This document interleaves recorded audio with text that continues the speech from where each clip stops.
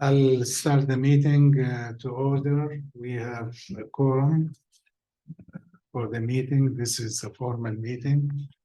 And John, he could not make it. I'll be sharing the meeting in his behalf. Start with the introductions. Start from there. Dennis Harder, representing Sonoma County Alliance. Jeff Blakesley with Save Our Sonoma County Roads. Tom Badden, District 3. Jerry Glazer with the North Bay Electric Auto Association. Steve Bertlebow with the Sierra Club. Tom Conlon with the Sonoma County Conservation Coalition. Mark Hale with Building Industry Association. Eris Weaver, Sonoma County Bicycle Coalition. Carol Taylor, North Bay Organizing Project. Brian Lang, 4th District. Donna Gauze, SCTA, RCPA. They represent SCTA, RCPA. Back to the room. Dan Trey, SCTA, RCPA. I'm in there, RCPA. Las Condes, SCTA, RCPA. And Bryson Air, SCTA, RCPA. And we have on the screen there, the public, we have John. John Bly, Engineering Contractors Association. Thank you, Musa, for covering. Yeah. And we have someone else I cannot see. Okay. And I'm Musa Abbasi, representing the Santa Rosa Chamber. We'll start with public comments. Any comments on the public side? I hear none. Do you have any written comments? Yeah, I have no written comments. Okay. We'll move to the administrative items, approving the November 6, 2023 minutes. I'll second. I read those. Any comments? Spelled my name wrong once, but other than that, it's fine. I read it. Thanks. I had a brief comment. It's very helpful to have that attendance sheet in the beginning of the minutes. But I was confused by the empty boxes on a couple of items, a couple of names.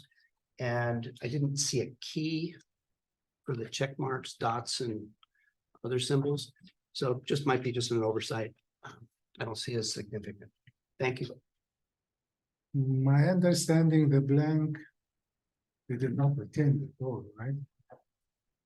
So on the notes itself, on item 3 notes, I do have a box on that front page, and that's for that meeting specific.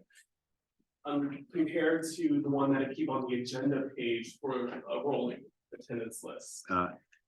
And the one on the agenda page does have the check mark being present and an asterisk meaning the absence you were informed of before the meeting. So I don't have that thing for a specific meeting on the day. If it did blank, you weren't there. But I can create a legend if the committee would like a legend. But is it part of their minutes? The attendance sheet, I thought it is part of the minutes, right? That's for the attendance though, right? That's Yeah, for but present at the meeting. But is it part of the minutes or not? Yeah. Okay. Any other comments about the minutes? I see none. Let us vote. Approving the minutes, who are in favor? Say aye. Aye. Any opposition? Or abstain, please? I see none. Minutes approved, yeah.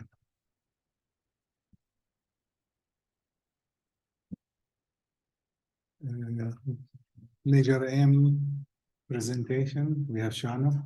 We do. David and I are going to share this today, but as we do every month, we bring you presentations on projects that are receiving Measure M funds. And this month, there will be projects that SCTA is responsible for administering. So David and I will be sharing this presentation, so I'm gonna pull up the presentation, so I have the notes online, and that's there. I'm turning this on. All right. So the first project that we're gonna present to you today is the State Route 116, 121 intersection improvements. I'll start with the basics for those who may not be familiar with this project, although I think most of the people in the room are. I'll just go through it quickly. The project is part of Measure M Local Streets and Roads Projects Program and is located at the intersection of State Highways 116 and 121 and the county-owned Bono Road. The improvements include installing a roundabout at the intersection currently controlled by a four-way blinking red light. The project will also relocate a park and ride lot from the southeast quadrant to the northeast quadrant of the project area. In addition, the roundabout and a shared bike path or shared path and related facilities for pedestrians and bicyclists will also be included. For orientation purposes, the project is located just southwest of the city of Sonoma. This slide gives you a little more graphic understanding of what's being installed. That includes the roundabout, the bike ped improvements, and a park and ride lot. It's still pretty small. Can you zoom out? I cannot zoom, but I don't know if there's a pointer. No, that's something else. All right. So let's see. Towards the top there, you can see the northern project limits.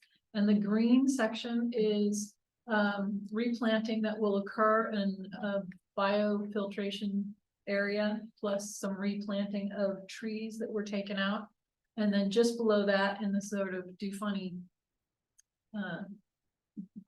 section that is in the northeast quadrant, is the newly proposed park and ride lot.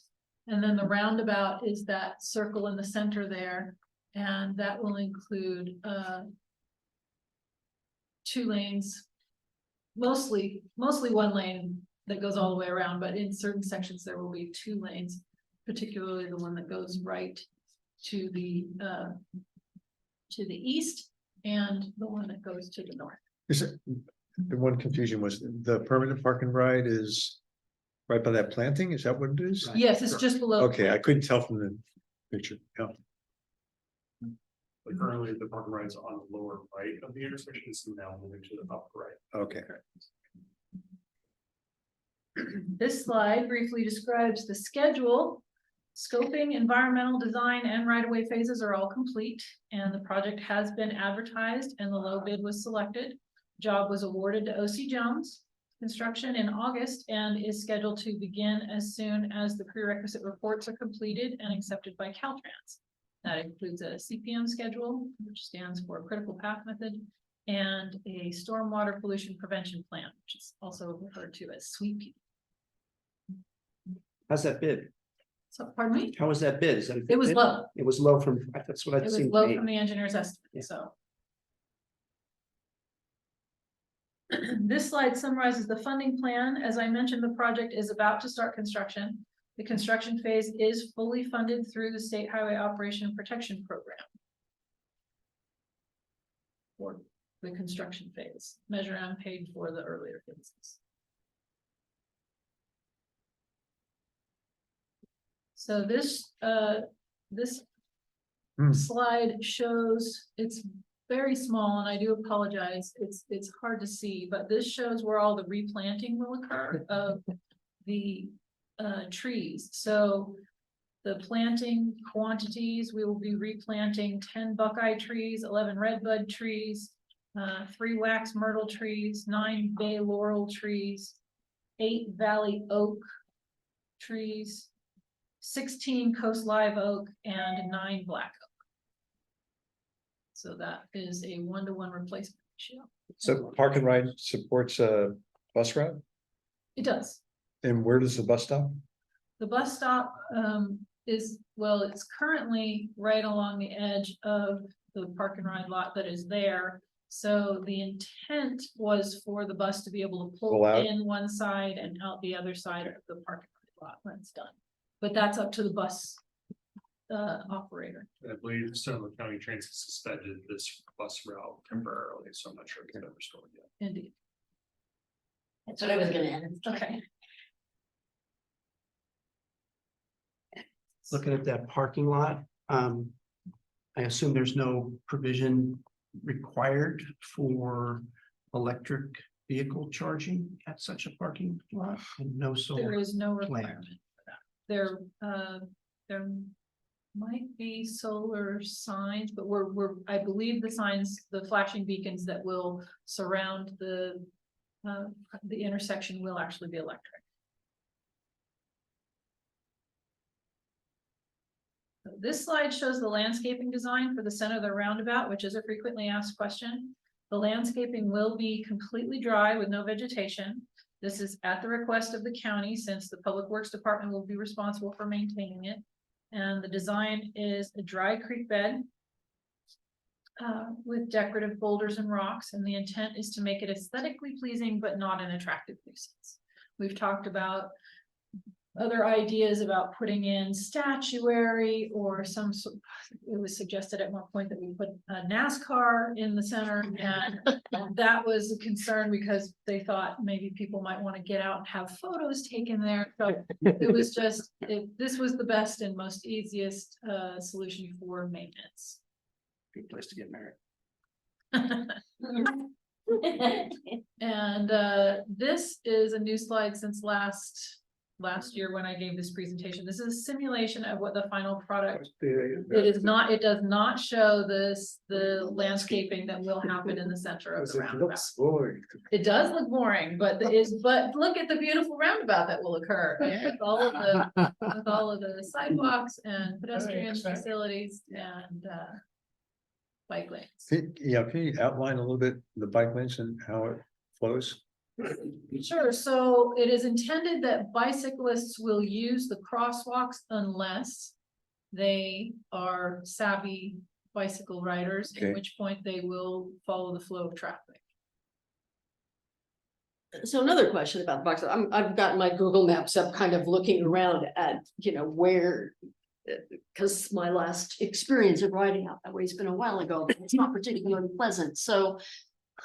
Indeed. Right, once you get kind of away from that whole area, there's not much, and what there is, it looks like it's not in great shape. Are there any, future plans for improving bike lanes, continuing on to Sonoma and further north? Well, Because it's not that useful to have fabulous lanes in the intersection if you can't get to it, Understood, and we have talked about this, I know that there are bike lanes that are proposed for the 121 8th Street East section or intersection, which is slightly to the east of this intersection. But I do not believe that there is current plan to change or which I believe constitutes class 2, class 3. It's either class 2 or class 3 on 116 heading north towards Sonoma. And as Sean mentioned, going east of this project, there's plans like Adjourn to wind the shoulders on 121 all the way to Napa Road. That's a few years away. But not anything on 116 going, It just Going continue the north. existing shoulders. just the existing Is shoulders. that which green, is this aren't marked bike bike lane? lanes. It is indeed bike lane. The reason I was asking about the bike lanes up in the upper left-hand corner, the green markings, that's bike markings, correct? That is correct. And it's leading to, I don't So understand what it's leading to after it gets past the edge of the parking lot. It's not, that's my It's point. essentially, it's so. The green is to demarcate that there is a bike lane there Yeah, so that they can get across the driveway of the park and ride lot. Then bicyclists can either join the sidewalk or they can continue on through the intersection. with On the flow of roadway? traffic. on the roadway. Go ahead. So what I'm looking at is where the bicycles are actually gonna be sharing the lane with the cars, the shaded street. That's right. So you're expecting the traffic to be fairly slow? It will be slower than it is currently. Yes. Well, you're in the roundabout, yeah, Yeah. 15 to 20 miles an hour within the but then there's not really a whole lot. So I have a question about the bike lane, because where there will be, you know, marking, a pavement parking on the sidewalk for the bike lane there to, or not? It's a shared use path with pedestrians and I think traffic for bikes and buses long enough that it shouldn't be an issue with conflicts on the sidewalk between bikes and peds. But my question, will you market the, you know, that marking, you know, like it is like a bike, a shared bike and pedestrian? Like 116 is marked on Kernville, just north of Sebastopol. Because I don't think, you know, it is a safe thing, you know, for biker, you know, to ride, you know, across the roundabout, to be honest with you. So And- bicyclists have the choice of either being on the sidewalk and acting as a pedestrian, essentially. Or riding through traffic if they are a savvy cyclist who is comfortable in traffic. So Which they're gonna be if I, they've gotten this I far. think, you know, it is safer, you know, to mark the sidewalk and the pedestrian, you know, crosswalk as a shared, you know, like pedestrian and bike. I believe everything will be marked to standard. So it should be included. So at every crosswalk, is there a push button pedestrian lane? There are some of the crosswalk lanes, I believe, I'm not. And actually, the exact electrical plans on which ones, but I believe. From the vineyard in the top of the image to the gas station, there are flashing beacons on that crosswalk light. Push button, Yes, but not necessarily on other legs. I'd have to double check the electrical plans, but we'll get back to you on that. We interrupted your presentation. That's all right, this is it, I'm done. I'm gonna hand it over to David now, unless there are further questions. I might have a comment, that's okay. Sure. Yeah, so this is a District 1 project, so thank you for working. I think it is. This might also be in the district. Yeah, oh, that's right. Well, this is in Sonoma Valley where I work. And our storage facility is right there, so I'm glad that we love to wait in that very, very long line that backs up. It should be much easier now. It should be, and there's a winery there and a bunch of other things. I just want to mention that the whole bike thing, I like the worry for that because it's currently an island. That will be like the only bike lanes for like 4 miles around this area. And the Sharrows, I always call those the gas station Mother's Day card, right? It's something we throw down on the way to something else, but like we act like we care. So I would love to see a more comprehensive plan for bikes. There is a property owner buying a lot of property down there with a plan to connect up to Sonoma for bikes. But I know this is a weird spot with state and county issues, but to really concentrate on that because we don't tell people to ride their bikes down here, but there are a lot of 55 and over communities nearby. And I see people on my commute and riding their bikes on this road and it's incredibly dangerous. So they do self-select to be savvy or foolhardy. But it would be good if we can invest in really good infrastructure because I can only see growth happening down there. But I also understand it's a state issue. I also understand the person that represents that state is running for re-election or there's a new person running down there. So maybe we can tell them that this is a big issue. But We can certainly share that back with Caltrans. And the 8th Street East project, if it ever does get done, would be fantastic to connect up to Sonoma. So thank you. Are there examples? Because it just seems to me that a roundabout is just not conducive to bike lanes. I mean, if you try to put a bike lane in there and they'd be crossing the roads you're trying to turn out of at the same time, it seems like it'd be more hazardous to have bike lanes there than it would just to have them join traffic or join the walkways if they're not comfortable joining the traffic. It seems right to me like it is. That how would you possibly integrate bike lanes around the roundabout, not have those bicycles picked off by the cars trying to make the exit? Certainly They there- have solved that in Zeeland. Anywhere? Zeeland in the Netherlands. So they have roundabouts and they have bike lanes around the roundabouts and they're outside of the roundabout. And the cars are supposed to actually stop if the bikes cross across their path. So it is possible to design that in.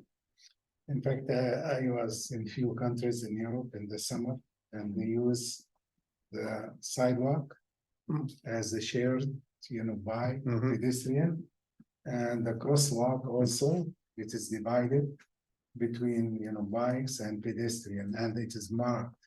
And I found it, like an efficient and safe way, like rather than if, I'm a biker sometimes, I would not, bike around the bike.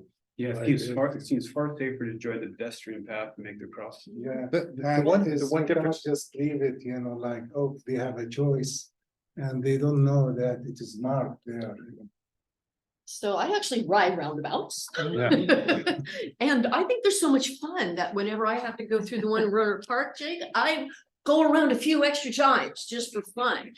But you're in the flow of traffic, right? Huh? But you're in the flow of traffic. Well, I'm in the flow of traffic, but traffic slows down when they get in the roundabout. And one of the roundabouts in Petaluma, actually going Petaluma Boulevard South, there is sort of that option to go on the sidewalk and all that stuff. And I just ride the roundabout because that is, I don't have to stop. If you do the sidewalk, you have to stop and cross at all of those crosswalks, which then you're off your bike walking across where cars are coming, and that feels less safe to me than just joining the traffic and going around the roundabout. So that's my 2 We were on the cents. same page. I'm just saying, I think it would be more dangerous to have separate bike lanes Uh-huh. that felt they had the right of way. At the same time, cars are trying to peel off the traffic. Yeah, I mean, I've had the opportunity to pedal on several Dutch roundabouts, and my observation is they rarely have the slip lane Mhm. like is here. Yeah. And the intake design from any leg has something there to make sure you slow down. Mhm. You will slow down, and there's a lot of sharp teeth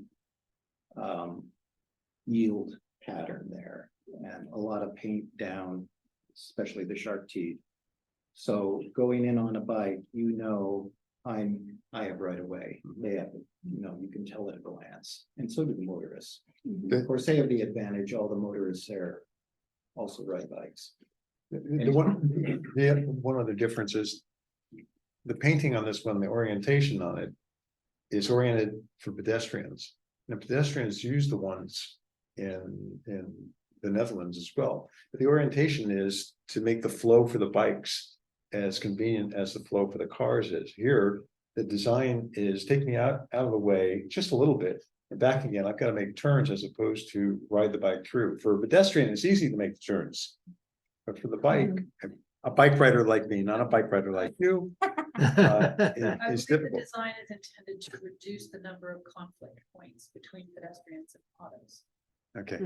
The main conflict point I see as a cyclist, and again, this is my own where I tend to be and where I tend to be going. If I'm coming down from the upper left-hand corner from where I live in Cotati to come and then head out that way to Sonoma, is from that green bike lane is then getting across traffic into the inner lane to go around the roundabout in order to go left. That is, when I'm coming back, I'll just be in the slip lane. But the getting across those slip lanes is always a challenge because the drivers are just going to slip right into them, right? That's what they're designed for. Do we have any slip lane design roundabouts in the county right now? Because I don't think we do, and I'm anticipating that the speeds in those slip lanes will be much faster than in the roundabout itself. And that what Eris just said is if I'm in that slip lane heading toward the north, coming from the east heading north, and I decide, oh, I should have gotten in the other lane. I wanted to go south. You're going to have some cars kind of jumping back in from that second part of the slip lane. It's a complicated design. And I think if it's our first one in the county, we should be prepared to monitor it. And maybe, I'm not sure how you mitigate speeds. Obviously, there's enforcement, there's speed, sleeping policemen, whatever you call them. So I believe, Eris, the roundabout you're referring to in Cotati, Rohnert Park, that one has a slip lane coming from Commerce towards downtown Cotati. Mhm. There's a slip lane on the edge and I use that every day. That's my area. Yeah. And it is a little, when you're coming from the one side Mhm. and there are two lanes coming at you and there are cars there, you don't have a lot of confidence in the slip lane vehicle, honoring you staying within the roundabout. So it is complicated, but they design it as best as they can so the car doesn't, quickly turn into the center of the roundabout. Right. Thank you. Any, And I'm concerned about the pedestrian traffic signals. You said there would be one, did I understand that right? I believe we said that we would check on the rest of them. We know that there will be at least one. Because it looks like we need at least two, right? Well, I mean, that they would be on either end in front of the deli and the Vineyard Inn, but we will have to check on the rest of them. Oh, thank you. any other questions? I have a final question. One, we should know that this is not a big walkable area now. Yeah. It's two, roads, it's two freeways meeting each other, highways. It's not city streets, so we have slightly different models. But it might grow, right? You never know. My question is about how the lane widths are. If we are encouraging people to go whizzing by there, are these like 12-foot lane widths, or I know it's Caltrans, it's not you guys. Standard is up to foot lane. 11? That might, you might find some advantages to narrowing it down a little bit. Currently, it's beautiful. It works very well to slow traffic because it builds out 3/4 of a mile to complete stop. So that's wonderful. You can walk right through it. But this will actually increase the flow. Right. But if they're really wide, you can hit that going 40 miles an hour without a problem, especially if it's a nice turn. So we might look at limiting a little bit to slow people down if we're really going to have people crossing among these businesses. Yeah, those are my thoughts. Crossings just seem so long, like if you got, your bus came in and dropped you off, even though, there's no bus anymore. But if there was, and you wanted to go over to the market to get something, you'll go back to your car, I mean, all of those crossing points are just so far. Interesting question and discussion. I think let us move on with the presentation. Sure.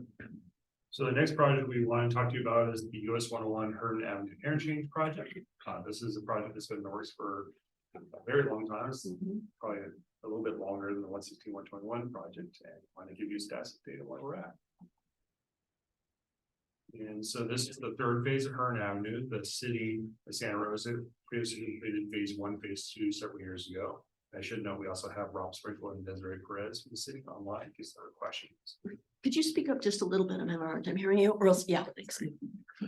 I was just mentioning we have Rob and Desiree from the city online as well in case there are questions. We have the project location map showing you where Hearn Avenue is in South Santa Rosa. It includes closing the gap in the 4-lane facility of Hearn Avenue on the other side of 101 and providing connections to the disadvantaged communities on the other side of the freeway.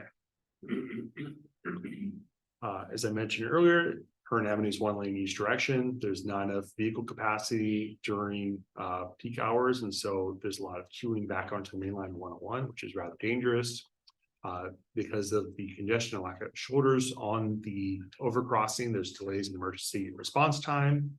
There's also no sidewalk on the north side of the overcrossing, and the sidewalk on the south side has gaps in it as well. There's no bike facilities on Hearn Avenue because of the lack of a shoulder. And also the vertical clearance over 101 and the bridge railings are not up to current standards. It's really scary on the bike. So here you can see some pictures of the scary conditions out there. There's the congestion on the overcrossing, lack of sidewalks, lack of bike facilities, people merging in and out of slow moving traffic to try to get around congestion, and it's just not safe for bicyclists, pedestrians, or drivers. So this is the updated project design that was completed last year.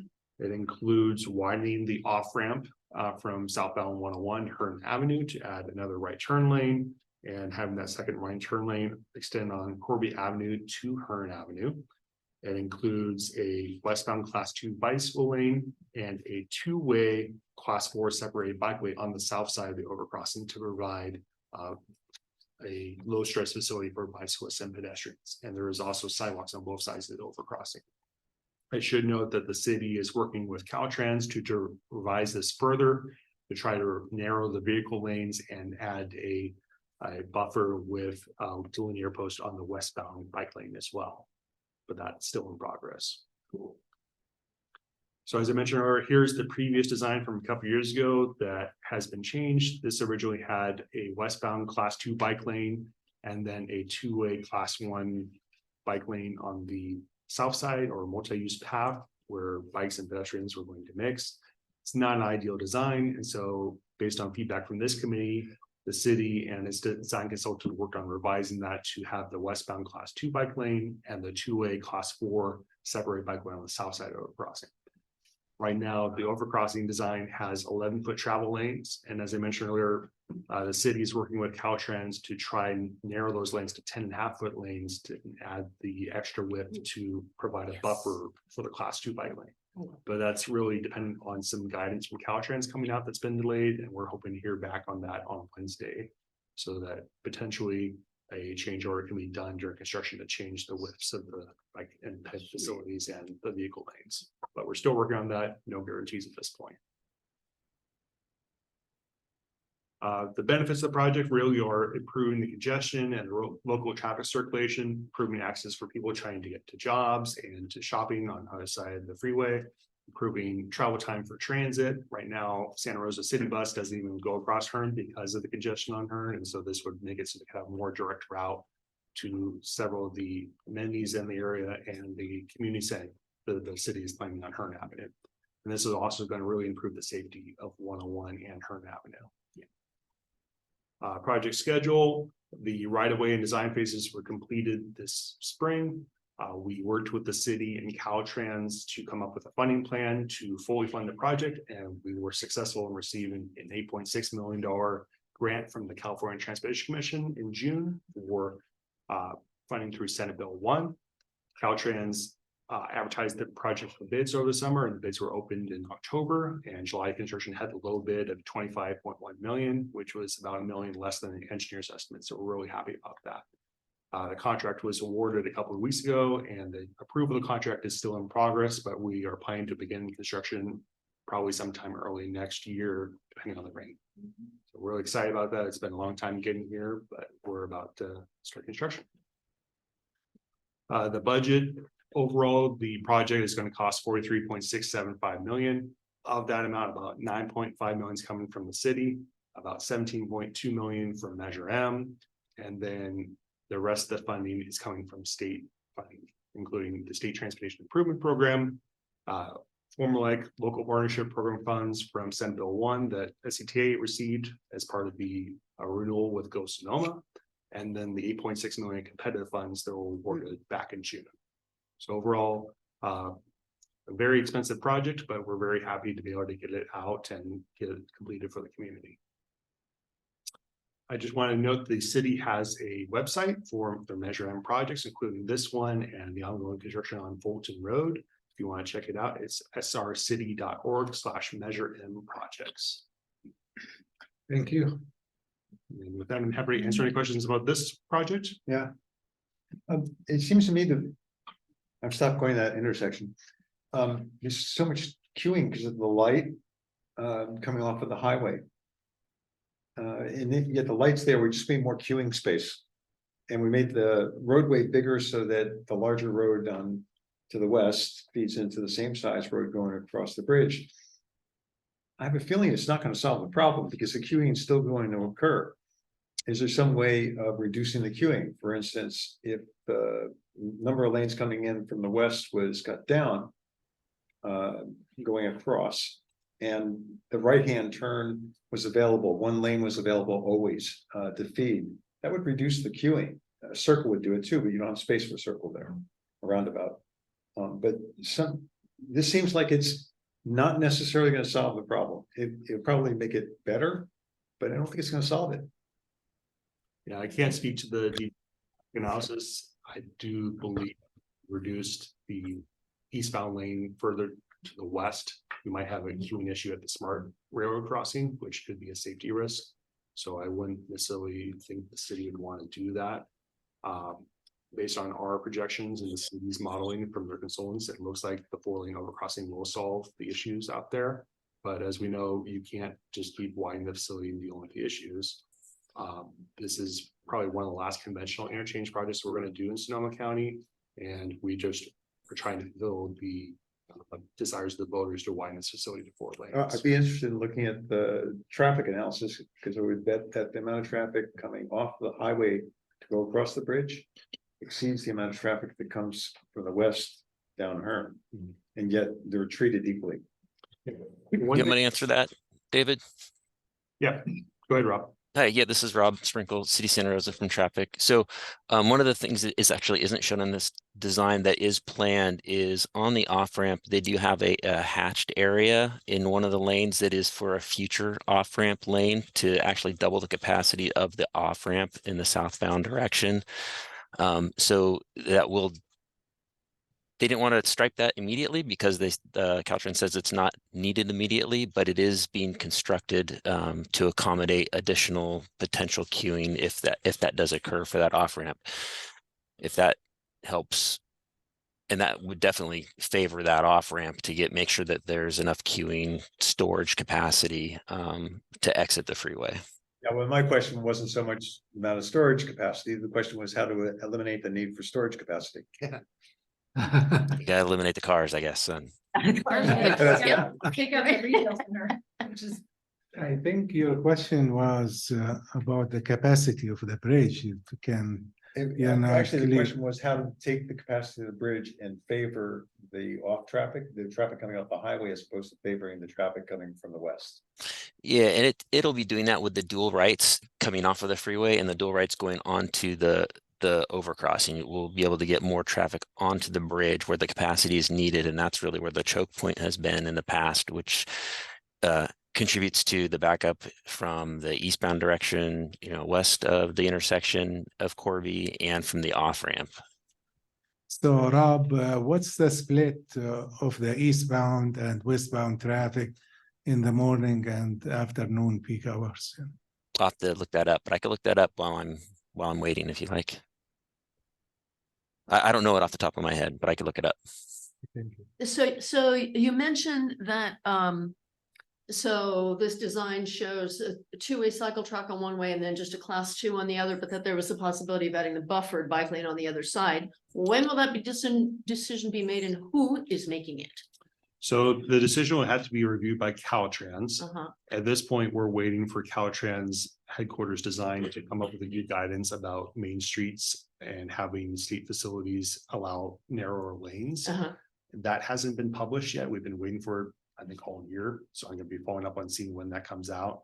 Once that guidance comes out, we'll have our design team work with Caltrans to see if they can get their approval to do that changes in the lane widths and adding the buffer for the westbound bike lane as a change order during construction. So we're hoping to start having those discussions starting in January, but it really depends on when this guidance from Caltrans comes out. Okay, thanks. And if the project is starting construction, hopefully in 2024, how long is it expected to take? It should be completed by the end of 2025. Okay, 2 years. I think it's a classic example of what you have to do to reduce congestion. The bike lanes will allow people to use bikes. And maybe we can get some transit on there. Widening roads just attracts more cars. We know that. But the bike lanes are a really good idea. Hooray. A question maybe, and following up on Steven's good point. So we have more bike lanes going over to Hearn, and they're going towards Costco, because we all are, Black Friday deals. And we're on Santa Rosa Avenue. Is there a plan to improve bike infrastructure of Santa Rosa Avenue, which has 6, maybe 7 inches of bike lanes? Are they going to fix that too? Yeah, Rob, I think you can speak to the plan to connect down to Yolanda. So we do have a plan to continue a off-street bikeway south to Yolanda and then over to hopefully get over to Taylor Mountain on Yolanda with the Farmers Lane extension property. So it'll connect to the Smart Trail to the west and then hopefully up to the Taylor Mountain to the east. Okay, and that'll go past the shopping area as well as Yolanda, the southern part of that. it won't, it'll turn at the intersection of Yolanda, so you could still cross the intersection and get into the shopping center there. But it wouldn't, that section, I don't think we can fit the off-street. We haven't looked that far south. We were looking for a multi-use path, for a destination to the parkways. So that was our first focus, is getting to the parks. Okay, we might, Focusing on parks. yeah, Eris, like if just real quick, we might want to look at, so I know a lot of people live on this side of the freeway who might not have cars. I do see them going towards the shopping area. There's a huge shopping center there where people work. We might look at providing a way for them to get there without needing a car, now that we're investing in the overpass with a great bike structure. We're dropping them into very narrow bike paths on Santa Rosa Avenue. I know something's happening north on Santa Rosa Avenue with a median or something.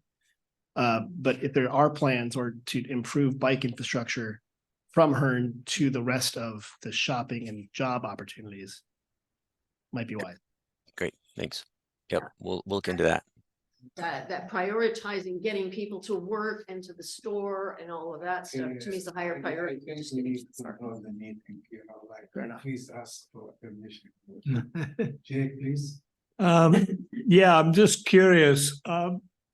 If you go to the west of this map, is that not where the new Santa Rosa hub is going to be, with the new library and the new fire station and other aspects? Correct.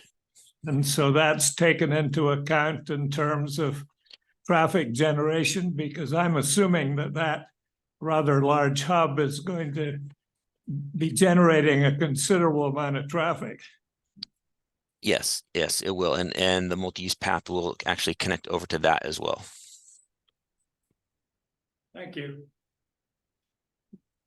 I just want to say thanks, Rob, for listening to us, and good luck with Caltrans. Thank you.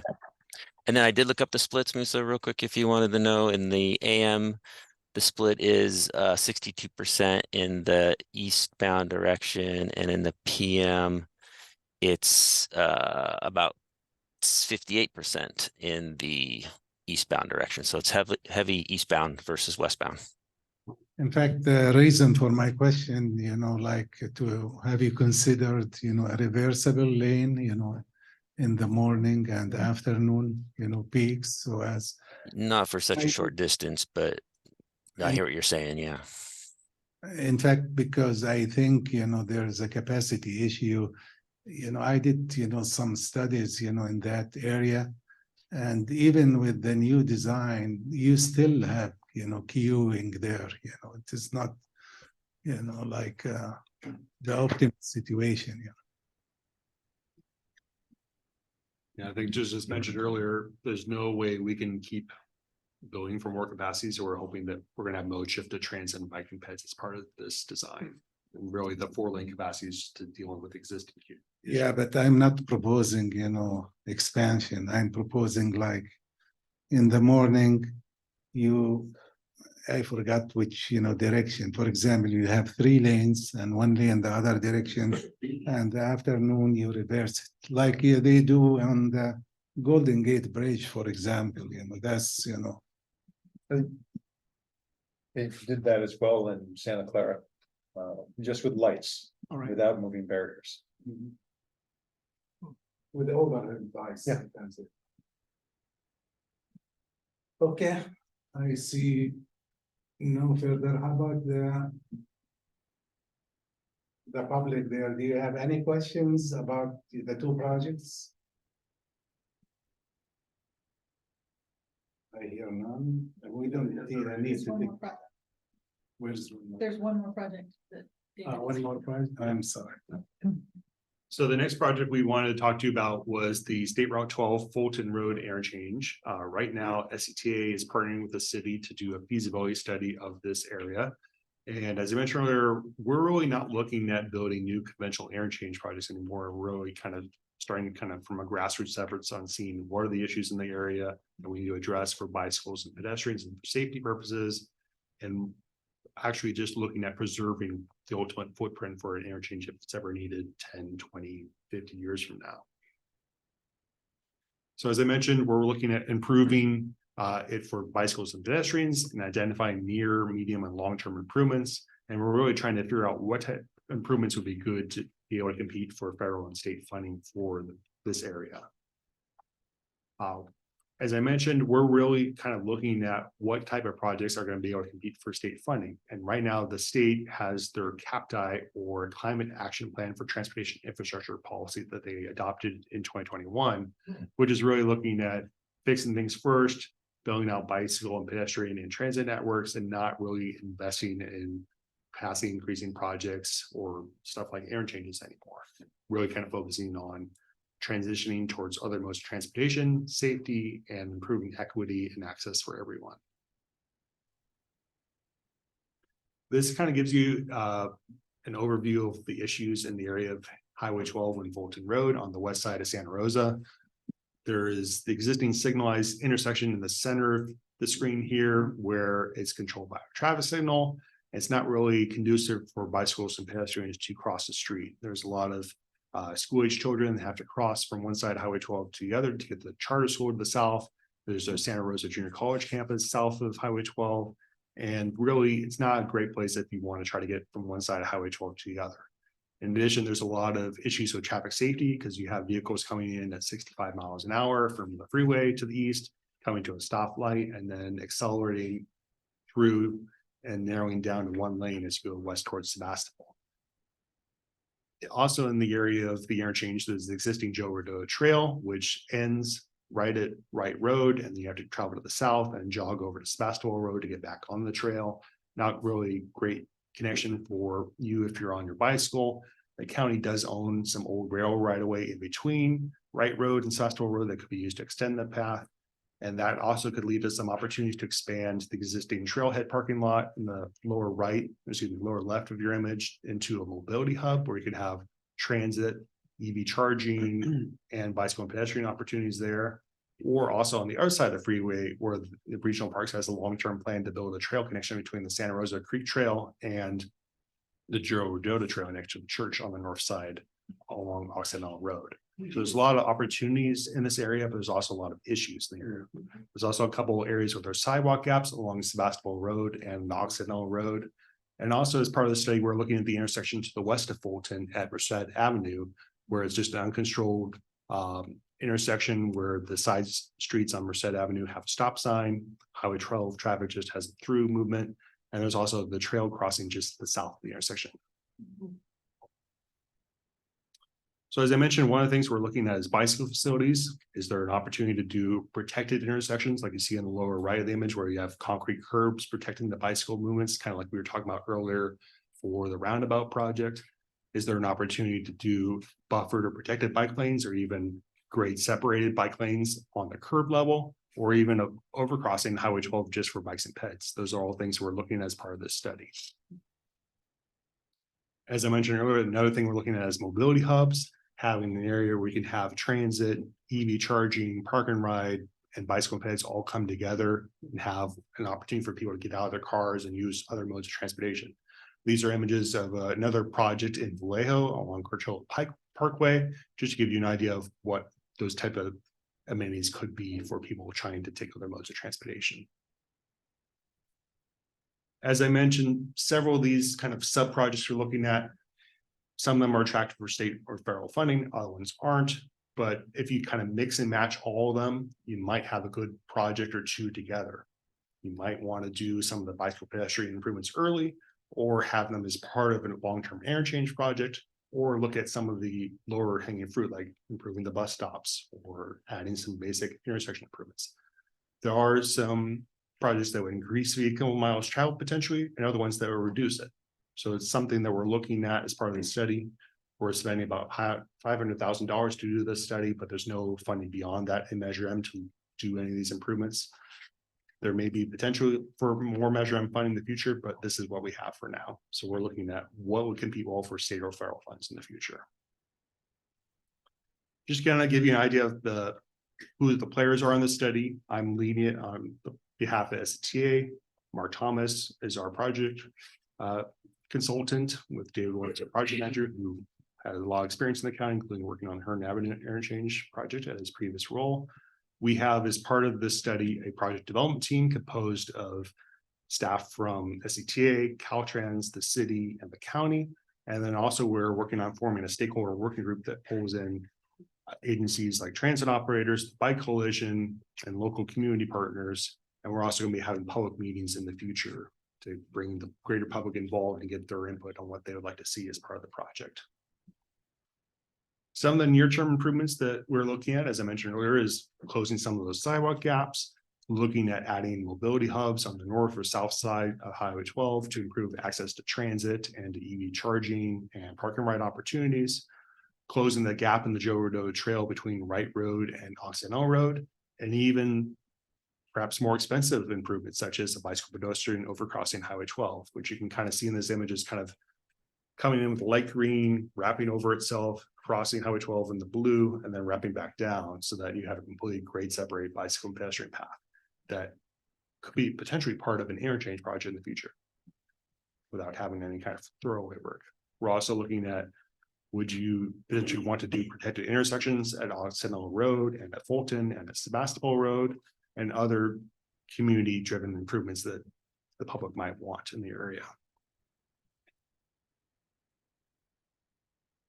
Other things that you can also look at for vehicle capacity or for bicycle and pedestrian improvements are looking at adding turn lanes at the intersection of Highway 12 to make it flow better without having to do an interchange, doing the protected intersections for bicyclists, adding a pedestrian only signal phase perhaps like was recently implemented in Sonoma Valley at Veronica Avenue so that pedestrians have a crossing signal and vehicles have red on all movements and they cannot make turns to improve pedestrian safety. And then at Merced Avenue, we're looking at, do you add turn lanes there? Do you add a traffic signal? Do you improve the county bus stops that are out there? There's lots of different things that we're looking at as part of this study. Longer term, as I mentioned, what we would like to also do is not preclude the possibility of an interchange if that's ever needed 10, 20, 50 years from now. One thing you could do is something more innovative, like instead of having traffic signals at your off ramps and on ramps, have roundabouts. And that also helps improve traffic safety and traffic flow. The one issue with this is really the tight right of way because of Occidental Road being right there and Wright Road, you might need to put roundabouts at those intersections as well. So you could potentially have 4 intersections a row, similar to the area, I believe, at First Street in the city of Napa, where there's multiple roundabouts at the off ramp and then the next local intersections. So something that you could do there. This would not preclude having that separate bicycle and pedestrian bridge across Highway 12. It could be done as an early phase or as part of the interchange design as well.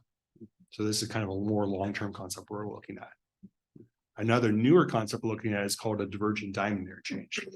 This is something that's more common back east and in Europe, where if you're, for example, coming up from the south at Wright Road and Sebastopol, you're going to be starting on the right-hand side. And then when you get to the ramp intersection, you'll have a traffic signal that's going to go to the left. And then when you cross the interchange, if you're wanting to go west towards Sebastopol, you'll just make a little left turn, getting on the interchange. And if you want to continue north into Fulton, you would just angle back to the right to the traffic signal and then continue back to north. So it's an interesting design where you actually cross to the other side of the road, but this really helps reduce traffic collisions and the severity of collisions as well because of the lower speeds through the interchange. This design is showing that grade separated class 1 bike path where it would include taking your bicycle underneath the off ramp, looping back up to the level of interchange and then back underneath the on ramp again so that you're completely grade separated from vehicles and don't have any kind of conflicts with vehicles at all. So it's a very innovative design. The first one of these in the state was completed in the city of Manteca on Highway 120 back in 2020. You can kind of see the rendering of what it would look like where the south is on the left of your image and north on the right of the image. And if you're coming up from the south and you want to go west on Highway 120 towards Tracy and the Bay Area, you would just continue on the left side of the interchange and make a free left turn onto the on-ramp. If you're wanting to continue into the core of Manteca, you would just cross back over at the next signal and continue back onto the right side of the road. This also shows the grade separated bicycle and pedestrian path that was built as part of the project, where if you're coming up from the south, you come up, go underneath the eastbound on-ramp on Highway 120, loop back up to grade So you can cross over 120 and then loop back down underneath the off ramp from westbound 120 to get back to the north side of Manteca. And this design also includes stairs for pedestrians that don't want to have to go all the way around the loop. As I mentioned, this was completed in 2020, and you can see on Google Maps the green outline of the Class 1 bike path, and it's very successful design. There's other divergent diamond interchange in development in Vallejo at Highway 37 Fairgrounds, which should be going out to construction very soon, as well as the I-580 International Parkway interchange in Tracy, which is also going to construction. And in the city of Ceres, there's a DDI planned at Highway 99 as well. So it's something that's becoming very more common in the state. Before the interchange opened in Manteca, the closest one we had in the Western US was actually Reno. In the upper left, you can see a photo of the completed bicycle pedestrian path in Manteca. This is from the shoulder of Highway 120. I grabbed the image from Google Maps this morning.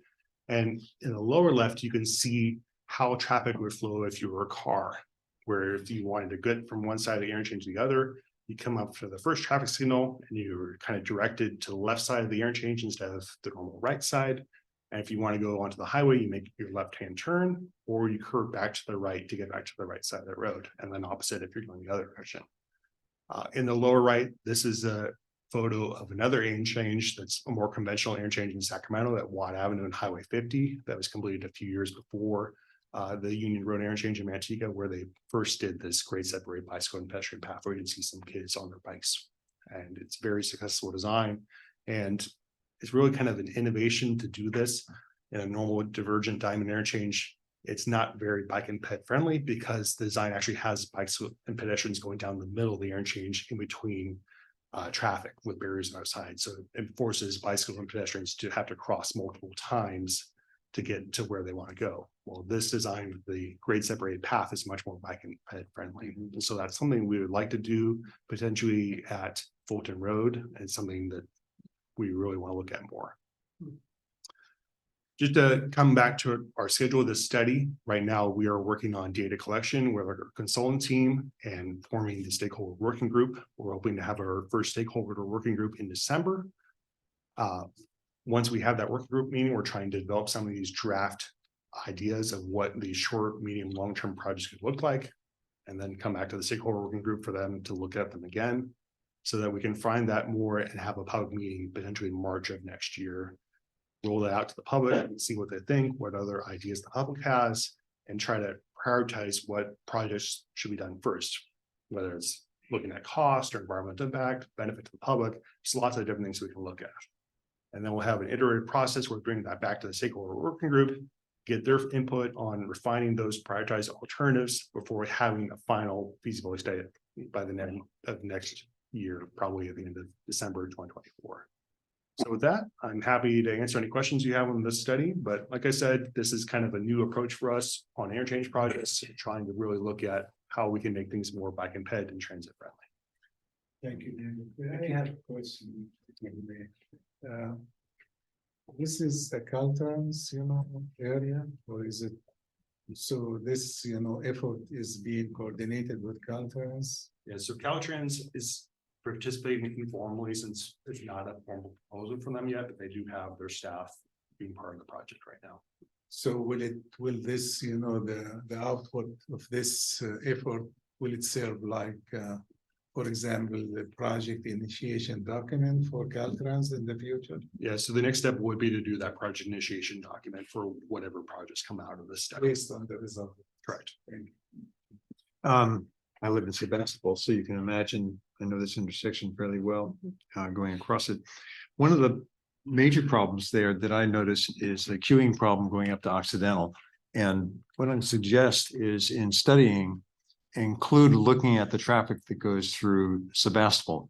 The reason for that is if you look at the queuing that occurs going up to Occidental, people queue up to Occidental, make the left-hand turn and go down Occidental so they can continue the ride down Highway 116. So the intersection, instead of taking Highway 12, working around the town square, going out through traffic lights, you make one turn there.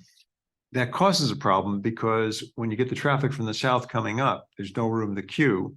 And so now we start to back up on Highway 12 at times during the day. And what I suggest is looking at that and making an assumption that we want to divert some of the traffic down Occidental to get to Highway 116 and reduce the traffic.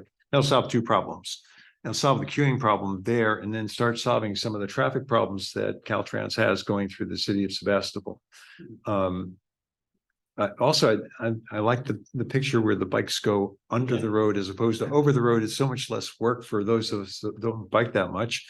And I figure that the headspace that you need is a lot less than you need for the semis that go under a bike bridge. But it may be more to raise the grade and stuff like that.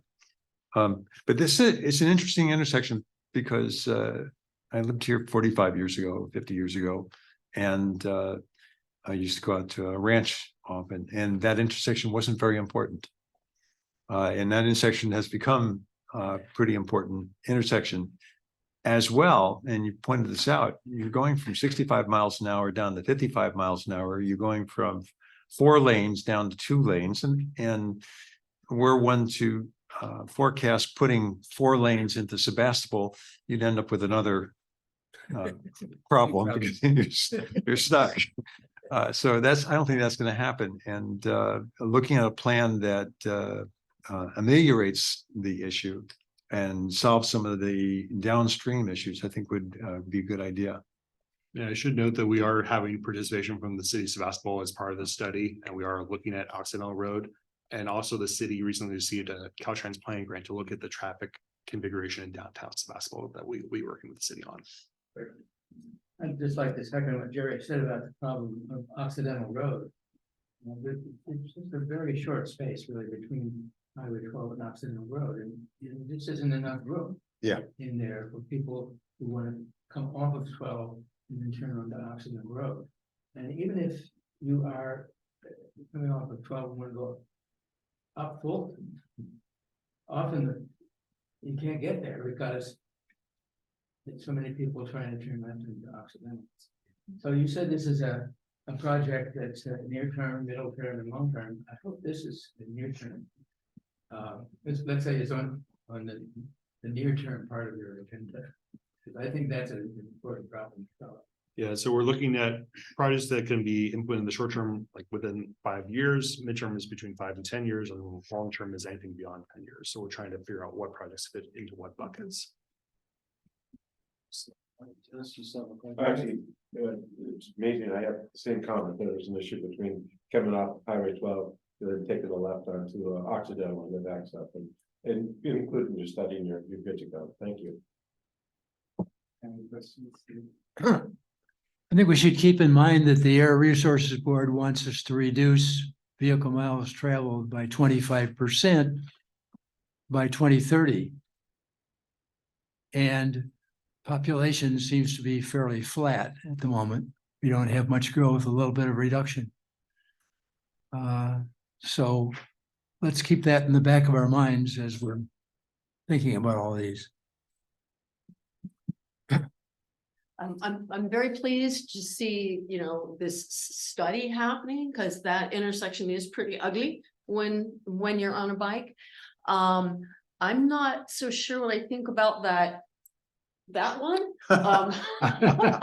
Because the examples you showed, it looked like it took up a lot more space than other configurations, and it looks like it doubles the distance for the cyclists to get where they're going, and it looked like it was going not just all the way under the freeway, it looked like it was going up and then back down. So, but that's, we got lots of time to be looking at those things, and I'd like to go find one of those and write on it, so I see what it really feels like. But my second question is not entirely about this study, and this might not be a question for you if Rob is still listening in, it might be a question for him. A couple of years ago, there was a study done similarly at the intersection of 12 and Stony Point. And the study was done, but not a whole lot of implementation has happened. And there have been far more bike and pedestrian casualties on Stony Point. So I'm just wondering about priorities in terms of, you know, the high injury network being addressed. No, I don't know if anybody wants to address that. This is Rob from the city of Santa Rosa. So we have done some work out at the intersection of the Joe Rodota Trail and Stony Point. We've added the leading pedestrian interval. We actually recently retimed it again to see if we could help with the ped crossings and vehicle movements there. We are looking for funding to do that project. So we have applied for the HSIP grant and we were denied it in the last round, which was the cycle 11. And we are resubmitting our grant information actually to SCTA to be included in an STP potential project list. So we are still actively looking for funding for that. And we are still putting some funding away on an annual basis to try to grow that pot so that we can actually do some work at that intersection, at that whole corridor, actually. Great, thanks, Rob. You bet. Any more questions? Yeah, thank you, Dave. Thank you. Thank you, Shannon.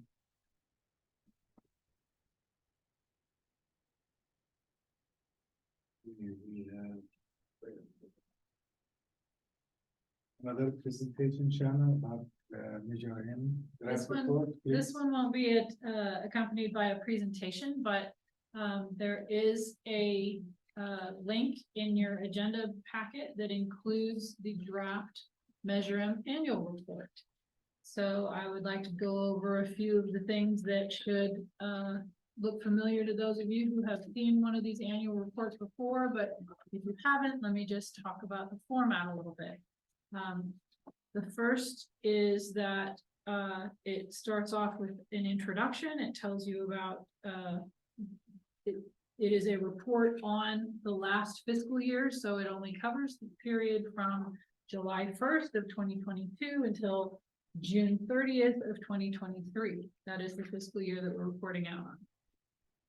And the elements that are included within, we report out on all of the funding programs that are included in Measure M. So that is the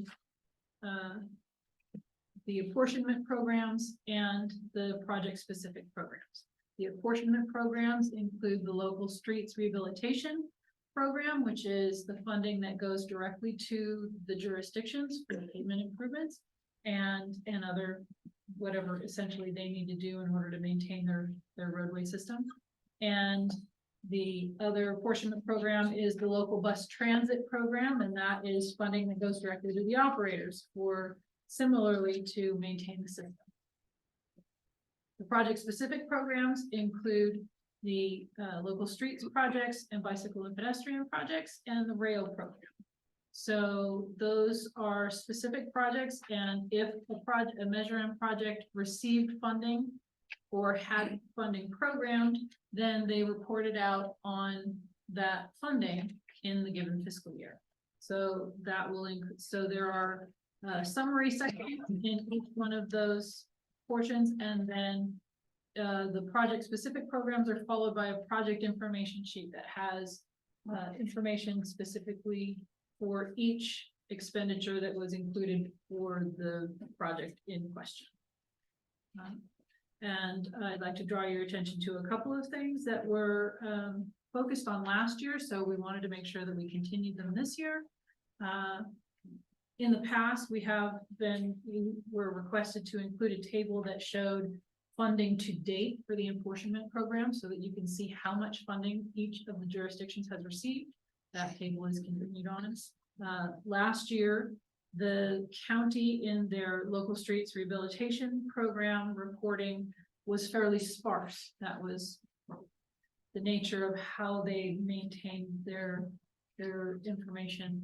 They take all of their funding and put it into their maintenance program, and it essentially just goes into a fund that goes out that covers everything that they do. So this year they provided us with a significantly larger portion of information about what the funding was spent on. So I hope that that meets your expectations, since it did not last year. Let's see what else, is included in here. Everything else should look pretty familiar. We have included each of the maps in the draft this year for your review. We don't usually do that, but because we had them, we included them. So we placed the maps in behind each one of the project information sheets that it would be included with. Now, we bring this to you in this format so that you have the opportunity to review it now before we take it to the graphic artist and make it all pretty and bring it to you in a bound that can't be changed. So this is for your review. We are requesting that you provide us with any comments that you would like to have addressed by the 8th of December.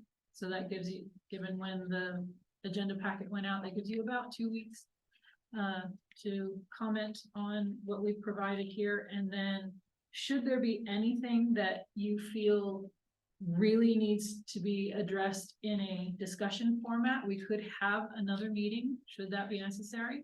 It would be during the month. Pull that up again because that is also included in the cover sheet. All of this timing. If there was a need for an additional discussion meeting, that would occur between the 11th and the 20th of December. So I don't anticipate any large problems or changes. This is essentially the same format that we have used every year. We don't change the formatting really at all from year to next. It's just the reporting information that gets included each year. So if there's anything that we need to know that would need a meeting like that, then we could indeed have that meeting. Otherwise, we will take your comments and incorporate them and include them into the version that we get back from the graphic artist, and we will bring that to you and the January meeting, because as you know, there is no December meeting. So we would try to send out a PDF version of that relatively early so that you still get to have your eyeballs on it. We could make minor changes, typos, that sort of thing, prior to the meeting in January, and then we would be in January looking for your recommendation for approval to the board. And that, unless you'd like me to go through anything, yes, please. The best way you want that is an email to you? Yes, please, directly to me. Okay, thank you. Do you want any of them today? I've gone through it already. Sure, if you'd like to include your comments, please. One of the things that I asked about when we had the review on the transit districts for buses was I was interested in what the cost is per ride and tracking that. And I keep, when we had the report last year, which is the first time I was looking at when I was multiplying and then saw what our percentage of Measure M was and then divided by the number of rides. And I think it'd be interesting to be tracking that and see what the cost is per ride for each one of the transit districts we have. Smart's doing a great job. They're getting more and more riders, and we need to become more efficient. And I think having on our reports how our efficiency is doing as we go along, and that's one of the things we focus on, would be good to have. The ridership is hard to find in here. I mean, as a table would be nice to see as well, but if you read each one of the districts, it has, this is how many rides they gave. That would be interesting as well. On the projects, you have the project description by phase, and then you have a separate section which says, where are we in this phase? I found that difficult to read.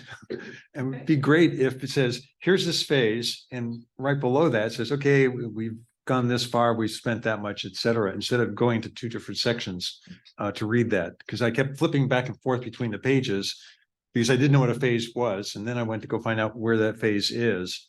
And one of the tables you have in here, a number of them I really liked. And that revenue and disbursement table was really useful. One of the later tables demonstrated something which I was totally ignorant of when I joined the group here, is that Measure M and why it's important and why Go Sonoma is also important isn't so much because of the amount of money that we get to spend from that. It's because of the amount of leverage we get as a result of having that money. At the very end of your report, there's one table that shows that, but you don't spend the time to point out the important part of this. In the table brought it home. You look to see how much funds have been raised over a 20-year period, but how much leverage has resulted from that as well. I think that's important for people reading the report, mostly because if we finish the next 20 years and we need to come back again, somebody has to look at one of the reports and say, why are we spending this money? It's so that we get 4 or 5 times as much money as a result of having the money.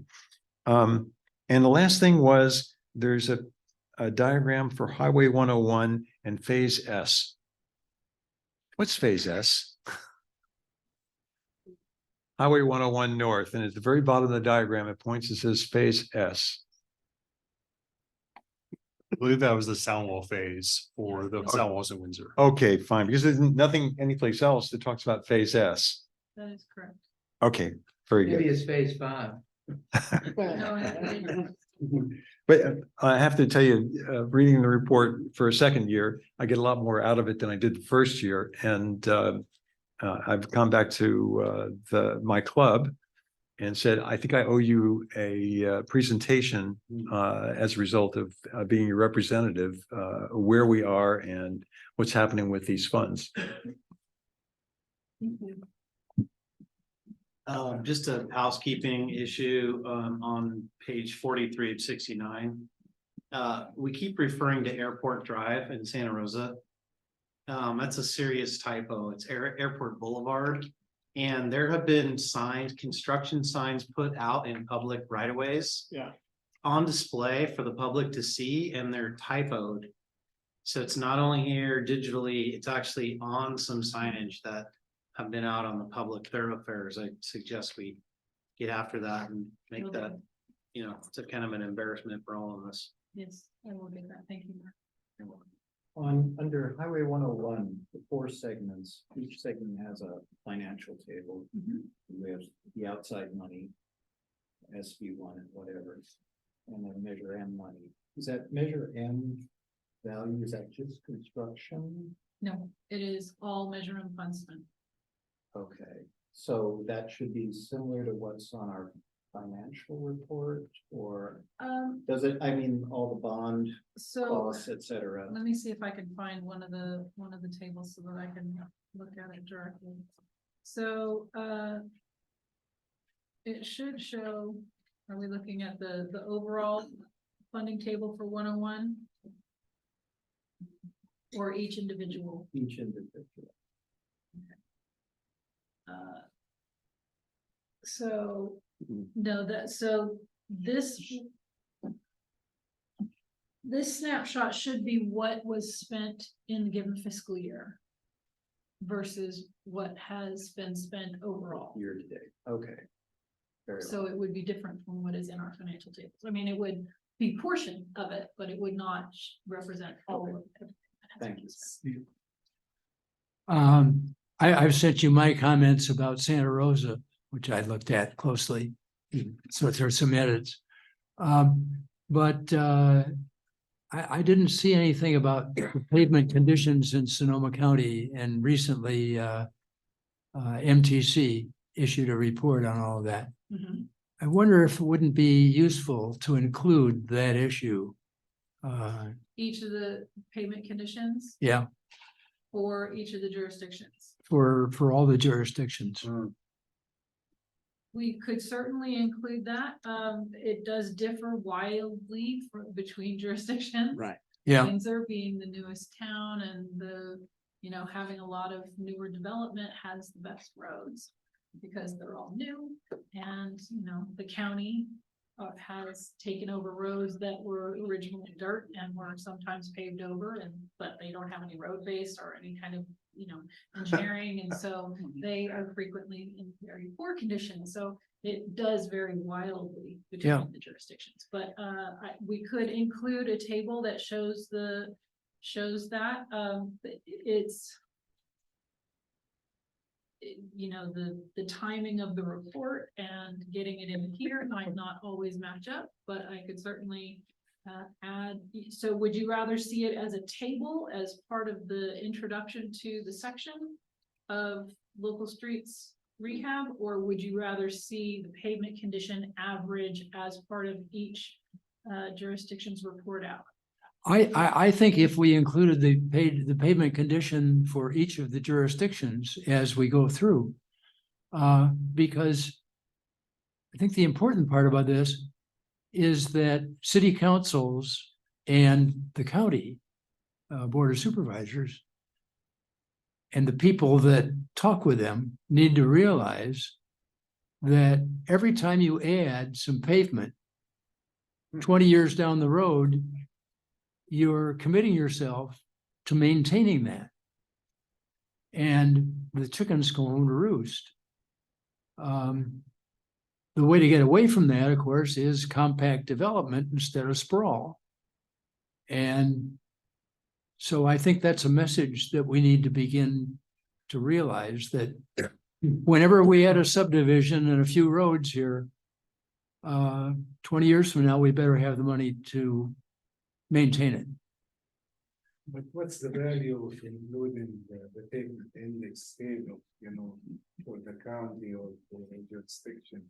Well, as a whole, you know, like, you know, what I think, you know, it would be, you know, for a value to have, like, you know, what's the pavement, you know, index, you know, for the roads that we funded, you know, through measure, you know, M before and after, you know, what improvement, and whatever applies, you know, to roads applies, you know, to transit and bike lanes and so on. There's a life cycle for everything, you know, like you need to maintain it and you need to go back to it.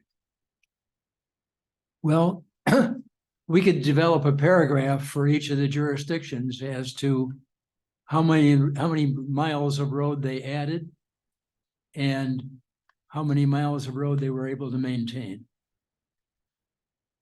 I think that's something that we need to think about, is what are we doing at the county level and at each jurisdiction in terms of adding roads that we're going to need to maintain down the road, as it were. Is this the location, you know, like for that, you know, addition to this report? And this is a Measure M report, in my opinion. But if you guys are gonna argue about it, let me join the argument. Okay, before you end the argument, there's, Tom raising his hand. Well, thank you. Well, I was going to reference back to Jerry's comment about metrics for transit and the idea of some bus ridership or cost per ridership numbers. I think that's especially important for these apportionment programs. And I guess I differ with Steve a little bit. I would prefer to see them in a table with a caveat paragraph, like you were describing when you talked about them to us just now, the statistics around pavement condition. Because the jurisdictions are not directly comparable, but we know that this is one of the most urgently concerning issues in our county from the population that we supposedly represent. So I think we should try to bring some of that into our conversation about in this annual report. And so that's my 2 cents to the discussion. Okay. I'll just add that you probably have all seen that today Senator Winter was holding a meeting of the transit, his special transit funding committee in San Francisco, where I think the Andy Vermeer from MTC and a number, I think all of the directors of the major transit agencies were going to be testifying. And clearly, when you look at the way that these transit dollars are being divided up, BART and San Francisco Muni were getting, I think, something in the order of $600 million, and other transit agencies, if you added it all up, was like about $30 million. So I mean, the crisis in the Bay Area is recognized, and BART's coming close to financial collapse, or has been. So I think in terms of Sonoma County, it's incredibly important to be examining what these numbers are. I just saw my old commute bus, the 72, when Rick Lutman and I were commuting up from Roanoke Park, and it just reminded me, you know, what is that service anymore? How well connected is it? And this whole question of the 27 transit agencies that exist in this 9 Bay Area region. So I think special attention should be given to the transit numbers. Thank you. Can I go back to the road question? I'll support Steve's comment that we should highlight it more, but for a different reason. Probably the comment I hear from most people, since most of them aren't taking transit and some do bike, but almost all of them drive their cars, and they complain about the condition of the roads. And your comment, you know, it's a very good one, because I just saw one road where they just repaved it, and about 2 months later, it's about the same condition it was 2 months before, because it probably was a dirt road before. It has no base underneath it, and you throw some tar on top of it, it looks really great for about 2 months, and then after that, it starts falling apart again. My wife always makes this comment. We'll drive out towards the coast, and she says, we just crossed the county line. You can tell the difference in the roadways. So it's something that people care about, and that's the reason to highlight the conditions for me, more than anything else, because people will want to know, are we aware of what the condition is? And are we going to do something about it? Is the second question I'll ask.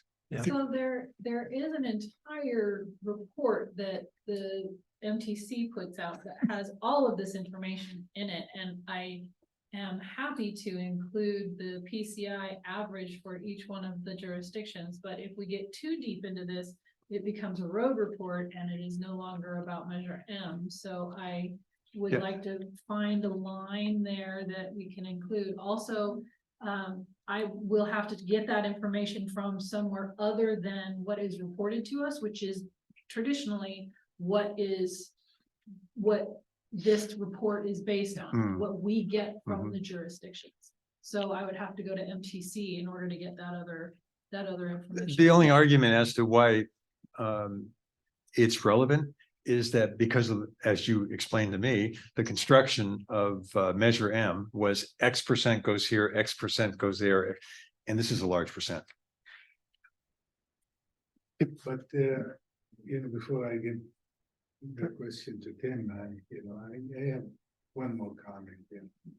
The pavement index, if you put the table there, just the table, what's the value? Unless you show what the pavement index was before the start Measure M, and what's the pavement index now? Did we improve it, or did it get worse with the funding we are providing to local roads? That's the value I see the pavement index. But I can't argue with on that point, but just letting people know, okay, we're aware. Jerry, if I may. So I enjoy watching engineers talk to non-engineers. It's very funny to watch. Because you guys are actually kind of agreeing, right? We're throwing money at something. We fixed the pavement index. We've done a very good engineering thing. Over here, we have a philosophical discussion. Measure M will never raise enough funds to make our roads good. Yeah. Because we don't use honest accounting principles throughout our entire system, right? Yeah. Like the roads are an asset, but they're actually a liability, because 20 years from now, we don't have enough taxing on that road to raise money for that thing, whether it's property tax, sales tax, or whatever. So what we might say is that Measure M is a stopgap measure. Measure M is a way to catch up. But we realize that this county in no way has enough taxable authority and value per acre to raise enough funds to make the roads how they were when we were first building them, or paving over cow trails like they do in the West County. So that might be what you're, I think what you're saying, Steve, is that we'll never, ever have the roads that we think we're going to have unless we incredibly tax the hell out of ourselves or get rid of our roads. right? We can't build any more roads because we can't maintain the ones we have. What I think we all need to realize is that every time we add a new road, we're making the problem worse. Well, and you have a liability in the future. Yeah. Right. So I think what maybe to your point is just putting a line in there that Measure M is a way for us to improve our roads and really improve the pavement, whatever engineering words you guys use. But we also recognize that the county of Sonoma certainly doesn't have the ability to tax ourselves and support the level of roads that we think we can. We simply cannot do that. Yeah. Yeah, just getting back to the point, this is about Measure M. Right. And this is an annual report on Measure M and those funds. And so esoterically, I appreciate everyone else's comments, but let's get back to what this point is and the idea of at the end of the point is to address. It's about the funds that we received from the taxpayers, what we said we were going to do in the measure, and how are we doing with completing that measure. Good point. That's the point of that. Okay, yeah. Any other comments? Yeah. Well, I was just looking up on the website here, community benefits. The first community benefit that's raised is smooth and maintained roads would provide $10 million each year to repave roads, doubling the amount of available local funds. Well, those of us who dealt with PCIs, pavement condition indexes on city councils, know that it takes a hell of a lot more than $10 million to be doing that. There are other sources of funds that come to jurisdictions. Jurisdictions make choices as to how they're maintaining their roads using their capital improvement programs. And I can tell you, since I ride on roads in Rohnert Park, and on Thanksgiving Day, I was riding in roads in Petaluma. Petaluma well deserves its very low PCI, which has been a bone of contention in Petaluma for a long time. But these are political decisions to some extent, not totally. Measure M obviously is part of the solution or the hopeful solution, but it's not the only one. It's not the only one. Anyway, sorry, it always gets me excited to talk of PCIs. Because people call you up when you're an elected official and say, how come your PCI is not as good as the town of Windsor? And of course, if you're in Petaluma, they just drag on you constantly. Okay. I think we'll move on. I don't know. Any questions or comments on the public side? We hear none. Thank you for the presentations and for taking the questions and the comments. By the way, what's PCI? Pavement condition index. It is the measurement by which they determine it essentially goes from 0 to 100, but anything below about 40 is a ruined road. So and it can get, I mean, it's gravel before it gets to 0 is what I'm trying to say. But Petaluma hovers in the high 40s, and Windsor generally hovers in this low 70s. So, and Rohnert Park was always hovering around 68 or 69 and maybe striving to get to 70, so we could raise our heads with pride. But in simple terms, like the quality of drive on the road, like potholes. Danger of these comparative index. That's the pavement condition. So the index for a whole city would be kind of an average over the. that's correct. Yeah, Each road can be a different PCI. So even in Petaluma, you can get roads that are at 80, but those are most likely the very collector distributor high volume roads, because that's where if they have limited amount of money, those are the ones that are gonna cover the most volume of drivers. So that's where they're going to invest their money. But it is an annual survey, is it not? It is an annual survey. Right. Okay. We'll move to the financial statements, who is presenting? Brenton? Been a really good sport. I'm learning a lot. You want to come here? Or are you fine there? What's that? No, This is fine?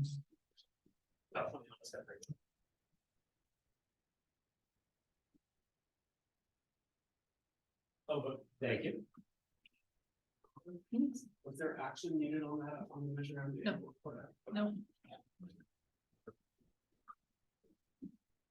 All right, hello, everybody. I'm Brenton, and this will just be a quick overview of the Measure M financials for the last month, which was October 2023.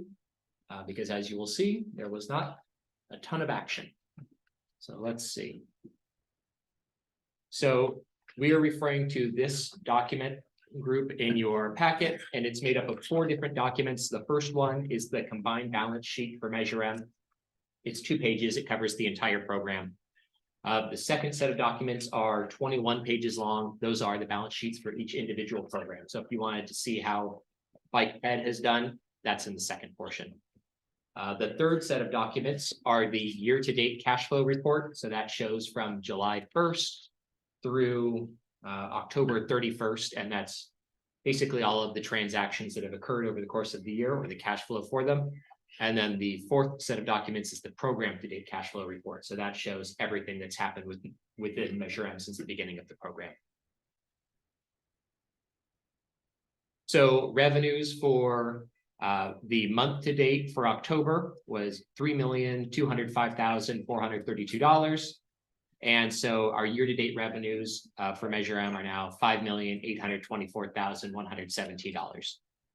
Expenses were low last month at $162,492. And so our year-to-date expenses are now $619,732. And our total cash balance is $64,954,698. Year to date means the fiscal year. Correct. July 1st through October 31st. Can you explain to me, because I did not understand the revenues part, what does it mean? So you say revenues increased by 3 million, so on in November. And what does it mean? I think I'll cover that in the next slide. Let's see. We'll make sure. But basically, we received $3 million last month. $3,200,000 last month. Okay, not because I understood it, like additional $3 million, the way you wrote it there. Sorry, I'll work on the wording for next month. No, our year-to-date revenues have gone up by $3 million since the previous report that we got. So we received in October $3,200,000 in revenues, most of which were sales tax revenues for $2.7 million. There is also almost $400,000 in interest on the pooled cash and $70,000 in federal pass-through for Bike Ped project. And our expenses were $162,000 last month. $98,000 almost were consultant services for various programs, and $36,000 of the expenses were staff time. And then there were a handful of minor expenses. One thing that is notably absent are the LSR and LBT contributions. Those occurred in early November, so they'll show up on the next report. And so the expenses will go up considerably. And I think that's the last slide. Yep, that's it. Sales tax revenues, what's the forecast in this fiscal year? I think David knows that more. Do you know the? It's 31.7 million. There you go. 31.7 million is the estimate for the year. And is there a growth rate of 3%, or is it a minus 3%? Negative 1.5%. Negative 1.5%. Okay. Real quickly, congratulations on putting together that summary report. That's really well done. First time that everyone that's ever done it. James did a great thing. So well done. To just let them know that that's on a cash basis, that your cash flow comes in it's 2 months in arrears is from when it's earned. So that's the only other thing that you might just explain to people as you get that. So that's why it's 5 million versus the 3 million that you got in 1 month. Because you at the end of June 30th, you go ahead and you do your accrual to make it from cash to an accrual basis. So okay, great job. Thank you. Yeah. It looked to me like we're taking in a lot more money than you were spending. Is that true? And if it's just an anomaly for this month? Yeah, that's part of like the LSR and LPT contributions. I don't have the exact number, but it's about $2.5 million that are gonna hit next month. So over the course of the year, it'll balance out. It's just been a quiet month. Do we need to take an action? Or just information? Okay, thank you all. Thank you. Thank you. Okay. Any announcements? Draft board, We have what? the draft board agenda over.